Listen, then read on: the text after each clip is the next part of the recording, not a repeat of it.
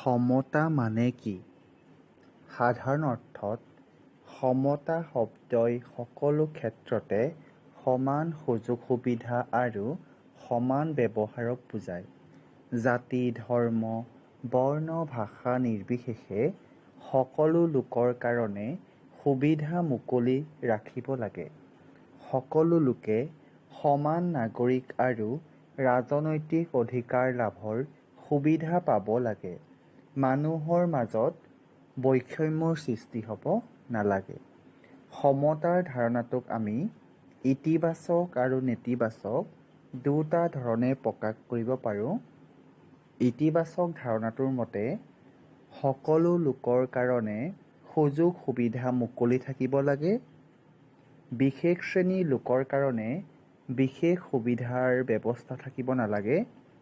জীয়াই থকাৰ কাৰণে নিম্নতম সুবিধা সকলো লোকেই পাব লাগে। আকৌ নেতিবাচক ধাৰণাটোৰ মতে কোনো শ্ৰেণীৰ লোককে সমান সুযোগ সুবিধা পোৱাৰ পৰা বঞ্চিত কৰিব নালাগে। সমতাৰ সংজ্ঞাৰ সম্পৰ্কত বিভিন্ন ৰাজনৈতিক দাৰ্শনিক তথা চিন্তাবিদে বিভিন্ন মতামত আগবঢ়াইছে। তাৰে দুটা সংজ্ঞা মই দিছোঁ। প্ৰথমতে লাস্কিৰ মতে বিশেষ সুযোগ সুবিধাৰ অনুপস্থিতিয়েই হৈছে সমতা। আকৌ লাস্কিৰ মতে সকলোৰে বাবে যথোপযুক্ত সুযোগ সুবিধাৰ ব্যৱস্থা কৰাই সমতা। সমতাৰ প্ৰকাৰসমূহ। প্ৰথমতে নাগৰিক সমতা। নাগৰিক সমতাই ৰাষ্ট্ৰৰ সকলো মানুহৰ সমান অধিকাৰক বুজায়। ব্যৱহাৰিক ক্ষেত্ৰত যদি প্ৰত্যেক নাগৰিকে নাগৰিক অধিকাৰসমূহ সমান ধৰণে উপভোগৰ সুবিধা পায়, তেতিয়াহ'লে সেই সমাজত নাগৰিক সমতা থকা বুলি ক'ব পাৰি। দ্বিতীয়তে সামাজিক সমতা। সমাজত থকা বিভিন্ন জাতি উপজাতিৰ মাজত বৈষম্য নাথাকিলে সামাজিক সমতা থকা বুলি ক'ব পাৰি। আগৰ কালত জাতিভেদ প্ৰথা আছিল। কিছুমানে নিজকে উচ্চ আৰু আনক নীচ জ্ঞান কৰিছিল। গতিকে সেই সময়ত সামাজিক সমতা নাছিল। মানুহৰ মাজত সৃষ্টি হোৱা বিভিন্ন জাতি উপজাতিৰ ফলতেই সাধাৰণতে সমাজত এনে অসমতাৰ সৃষ্টি হয়। গতিকে সামাজিক সমতা প্ৰতিষ্ঠা কৰিবলৈ হ'লে জাতিৰ ভিত্তিত বা জন্মৰ ভিত্তিত কোনো প্ৰভেদ থাকিব নোৱাৰিব। তৃতীয়তে প্ৰাকৃতিক সমতা। মানুহে মানুহৰ মাজত সৃষ্টি কৰা বৈষম্য নথকাটোকে প্ৰাকৃতিক সমতা বোলে। ৰুছোৰ মতে জন্মৰ সময়ত মানুহে সমভাৱে জন্মগ্ৰহণ কৰে আৰু জন্মৰ সময়ত সকলো যিহেতু সমান, সেয়েহে সকলো মানুহে সমান সুযোগ সুবিধা পাব লাগে। কিন্তু প্ৰকৃতিয়ে সকলো মানুহকে সমান হিচাপে সৃষ্টি নকৰে। বিদ্যা, বুদ্ধি, শাৰীৰিক শক্তি, সৌন্দৰ্য, কৰ্মদক্ষতা আদি বিভিন্ন ক্ষেত্ৰত মানুহৰ মাজত প্ৰভেদ থাকে। এই প্ৰসংগতে উল্লেখ কৰিব পাৰি যে প্ৰকৃতিয়ে সৃষ্টি কৰা অসমতাক সহ্য কৰিবলৈ মানুহ অভ্যস্ত, কিন্তু মানুহৰ মাজত সৃষ্টি কৰা অসমতা সহ্য কৰিবলৈহে মানুহে অভ্যস্ত নহয়। চতুৰ্থতে ৰাজনৈতিক সমতা।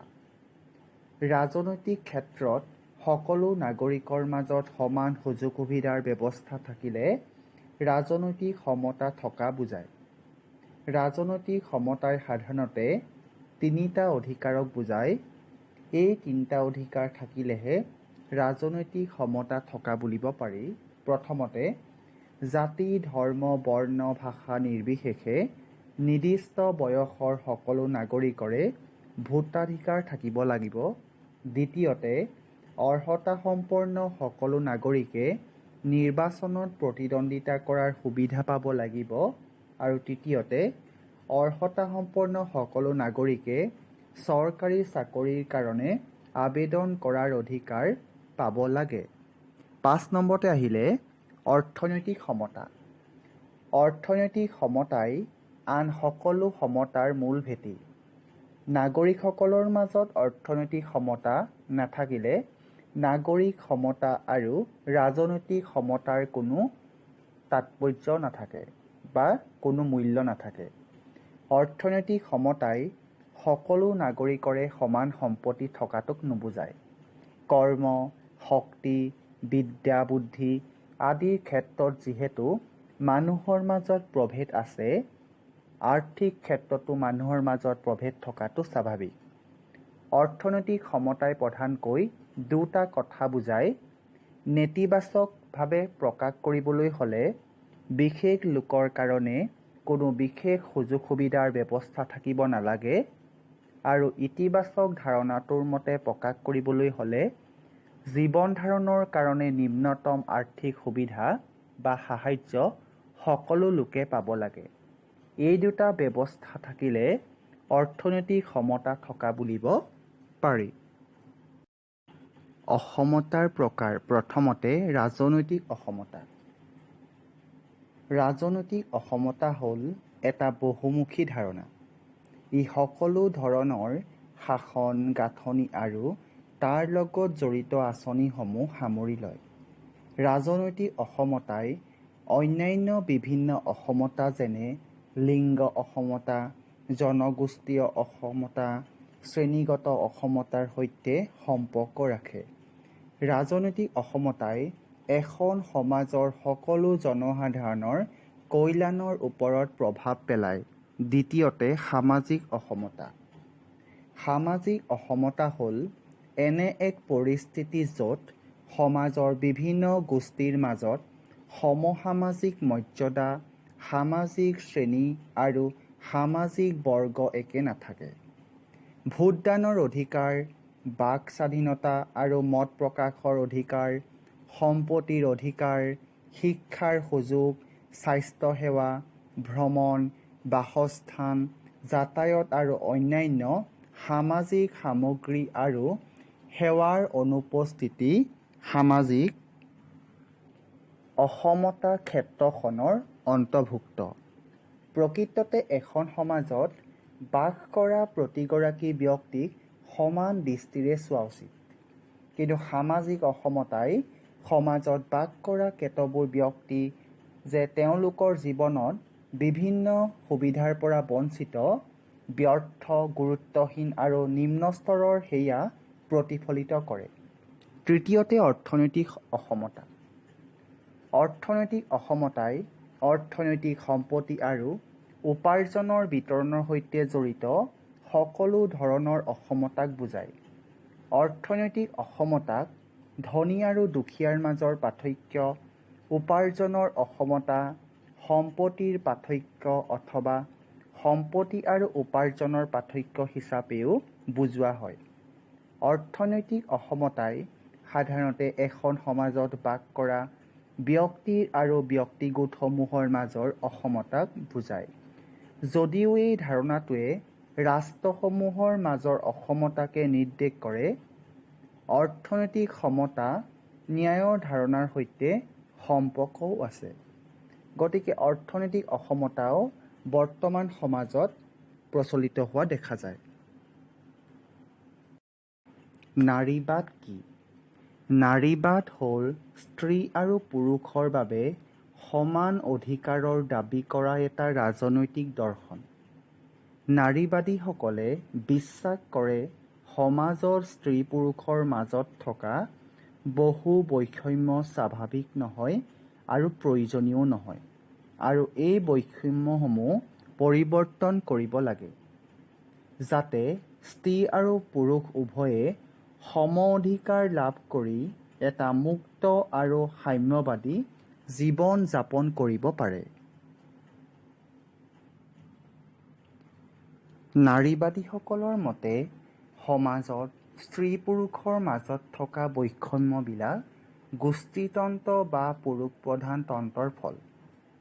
এই শব্দটোৱে এটা সামাজিক, অৰ্থনৈতিক আৰু সাংস্কৃতিক ব্যৱস্থাৰ বিষয়ে উল্লেখ কৰে য'ত পুৰুষক অধিক গুৰুত্ব দিয়া হয় আৰু স্ত্ৰীতকৈ পুৰুষক অধিক ক্ষমতা দিয়া হয়। গোষ্ঠীতন্ত্ৰ এটা ধাৰণাৰ ওপৰত ভিত্তি কৰি ৰচিত এটা ব্যৱস্থা য'ত স্ত্ৰী আৰু পুৰুষ প্ৰকৃতিগতভাৱে বেলেগ আৰু এই বৈষম্যই সমাজত তেওঁলোকৰ স্থান বেলেগ কৰে। নাৰীবাদীসকলে লিংগ অৰ্থাৎ দৈহিক গঠন বা লিংগ সম্পৰ্কীয় পাৰ্থক্যই সমাজত স্ত্ৰী আৰু পুৰুষৰ ভূমিকাৰ পাৰ্থক্যৰ কথাটোক নাৰীবাদীসকলে দেখুৱায় যে স্ত্ৰী পুৰুষৰ মাজত থকা পাৰ্থক্যসমূহ প্ৰকৃতিগত বা স্বাভাৱিক নহয়। এইবোৰ সমাজৰ দ্বাৰা সৃষ্ট। গোষ্ঠীগত তত্ত্বই বা পুৰুষ প্ৰধান তত্ত্বই কৰ্মৰ বিভাজন সৃষ্টি কৰে, যাৰ দ্বাৰা স্ত্ৰীসকল ঘৰুৱা আৰু ব্যক্তিগত কামৰ বাবে দায়বদ্ধ, আনহাতে পুৰুষসকল বাহিৰৰ কাম কৰিব বুলি কোৱা হয়। নাৰীবাদীসকলে এই ধাৰণাটোৰ প্ৰতিবাদ কৰি কয় যে বৰ্তমান বহু নাৰীয়ে বাহিৰা কামতো নিজকে জড়িত কৰে, অৰ্থাৎ সমগ্ৰ বিশ্বত বহু স্ত্ৰী ঘৰৰ বাহিৰৰ নানা ধৰণৰ কামত নিয়োজিত হৈছে। কিন্তু এই স্ত্ৰীসকলে ঘৰুৱা কামৰো দায়িত্ব পালন কৰে। তথাপিও স্ত্ৰীসকলে এই দায়িত্ব পালন কৰাৰ পাছতো তেওঁলোকক সমাজৰ কোনো বিষয়ত সিদ্ধান্ত গ্ৰহণৰ ক্ষেত্ৰত কোনো মাত মাতিবলৈ সুবিধা দিয়া নাই। নাৰীসকলে মত পোষণ কৰে যে এই ঘৰুৱা বা বাহিৰা কামৰ পাৰ্থক্য আৰু সকলো ধৰণৰ লিংগ বৈষম্য আঁতৰ কৰিব লাগে আৰু কৰা উচিত। নাৰী পুৰুষৰ পাৰ্থক্যহীনতাৰ কথা বহু যুগ আগতে গ্ৰীচত প্লেটোই উল্লেখ কৰিছে। ভাৰতবৰ্ষতো এসময়ত নাৰী পুৰুষৰ সমান অধিকাৰ থকাৰ কথাৰ উদাহৰণ পোৱা যায়। নাৰীয়ে ৰাজ্য শাসন কৰাৰ পাণ্ডিত্য প্ৰকাশৰ কথা উল্লেখ পোৱা যায়। বৰ্তমান সময়ত ৰাজনৈতিক ক্ষেত্ৰত নাৰীৰ বাবে 33% সংৰক্ষণৰ ব্যৱস্থা কৰি এটা বলিষ্ঠ পদক্ষেপ লোৱা হৈছে। সমতা কিদৰে বৃদ্ধি কৰিব পাৰি? সমতা বৃদ্ধি কৰাৰ 3টা উপায় আছে। তাৰে প্ৰথমটো উপায় হ'ল আনুষ্ঠানিক সমতা প্ৰতিষ্ঠাৰ দ্বাৰা। এই পদক্ষেপত সমতা প্ৰতিষ্ঠাৰ বাবে অসমতা আৰু বিশেষ সুবিধাৰ আনুষ্ঠানিক পদ্ধতিসমূহ আঁতৰ কৰিব লাগিব।